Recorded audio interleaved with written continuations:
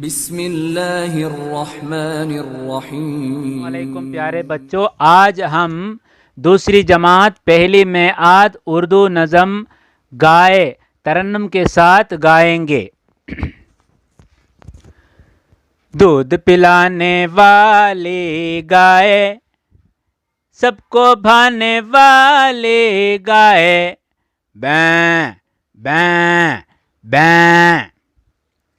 थोड़ा सा ही चारा खाकर खुश हो जाने वाली गाय, बैं बैं बैं।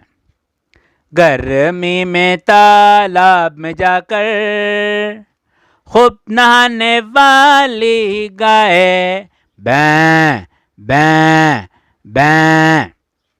खेतों में सुबह को जाकर शाम को आने वाली गाय, बैं बैं बैं। कुछ उस पर लादो खुशी से बोझ उठाने वाली गाय, बैं बैं बैं। मौज में आकर दौड़ लगाकर दिल बहलाने वाली गाय, बैं बैं बैं।